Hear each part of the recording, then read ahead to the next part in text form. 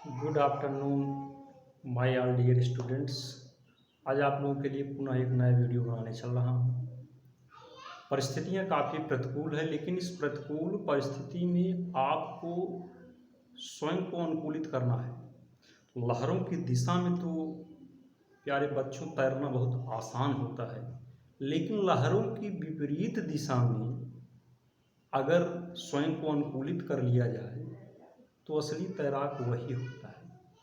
तो कल हमारा जहाँ टॉपिक ख़त्म हुआ था, कल एग्रीकल्चर, एग्रोनॉमी इत्यादि टॉपिक पर चर्चा की गई।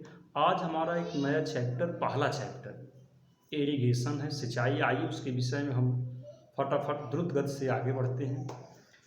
अब देखिए, इरिगेशन चैप्टर हमारा है इरिगेशन।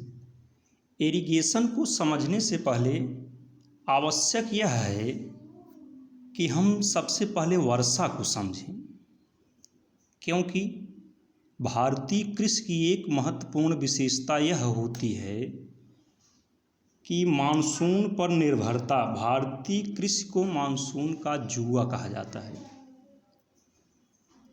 और लगभग 40 से 45% क्षेत्रफल ही इरिगेटेड है।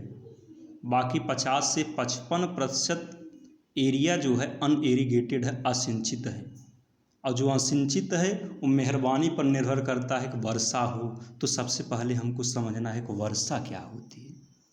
प्यारे छात्रों, जब वायु में जलवाष्प की मात्रा अधिक हो जाती है और वे किसकी मात्रा अधिक हो जाती है? जलवाष्प की मात्रा। और वे जल अथवा बर्फ के रूप में पृथ्वी पर गिरने लगती हैं तो उसको वर्षण कहा जाता है। और यह वर्षा किसके कारण होता है? संघनन के कारण। किसके कारण होता है? यानी कि जलवाष्प की मात्रा जब अधिक हो जाती है और गिरने लगती है कहाँ पर? पृथ्वी पर। किस रूप में? जल के रूप में अथवा बर्फ के रूप में। उसको क्या कहा जाता है? वर्षण। ठीक। अब आपसे प्रश्न पूछा जा सकता है, किस प्रक्रिया द्वारा वर्षा होती है? तो आपका उत्तर तुरंत होना चाहिए संघनन। वर्षा का कारण संघनन। अब संघनन क्या है? संघनन का मतलब होता है जलवाष्प का जल या बर्फ के रूप में बदलना संघनन कहलाता है। आइए तुरंत हम जानते हैं कि वर्षा के कितने प्रकार होते हैं। एक संवहनी वर्षा, एक पर्वतीय वर्षा और एक चक्रवाती वर्षा। आइए सबसे पहले हम संवहनी वर्षा जो स्थलीय क्षेत्रों में होती है उसके विषय में समझते हैं। माना ये आपका कोई जलीय क्षेत्र है, सूर्य का गुण होता है कि इससे जो किरणें पृथ्वी पर पड़ती हैं तो पृथ्वी भी गर्म जिस ढंग से होता है, नॉर्मल प्रोसेस है, उसी तरीके से महासागर भी गर्म होता है। अब गर्म होने के बाद वाष्पीकरण द्वारा जल वाष्प के रूप में, किसके रूप में? जल वाष्प के रूप में परिवर्तित होकर ऊपर जाता है और क्या बनाता है? बादल।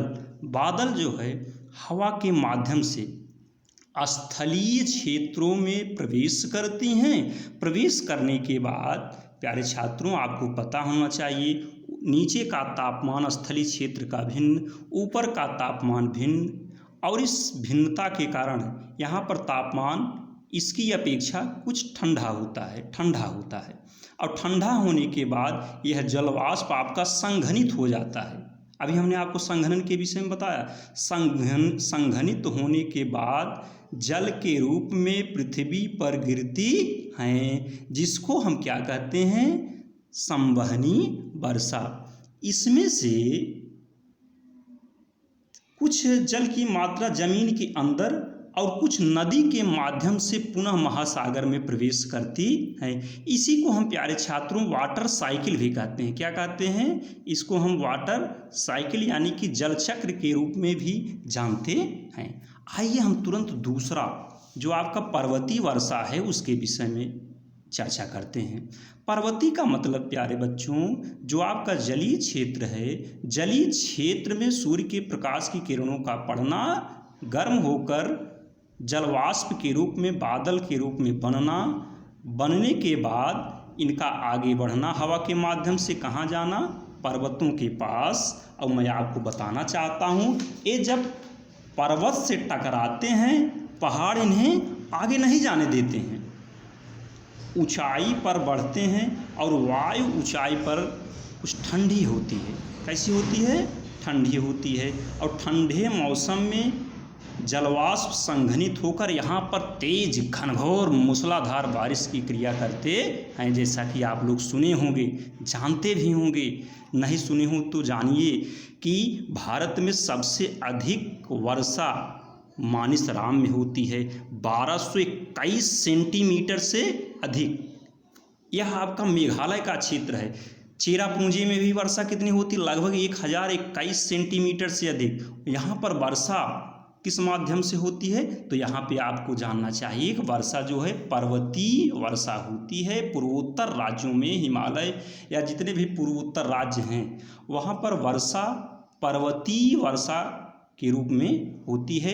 एक बार मैं पुनः आपको बताना चाहता हूँ, जलीय क्षेत्र में वाष्पीकरण द्वारा बादल का जल वाष्प का बनना और हवा के माध्यम से पर्वत के समीप आने के बाद ऊपर का तापमान का ठंडा होना और यहाँ पर जल वाष्प का संघनित होकर इसके समीपवर्ती क्षेत्रों में घनघोर बारिश करती हैं। अब आपको वीडियो थोड़ा लंबा ना हो, इसलिए मैं आगे अगले वीडियो में आपको चक्रवाती वर्षा के विषय में बताऊंगा। थैंक्स।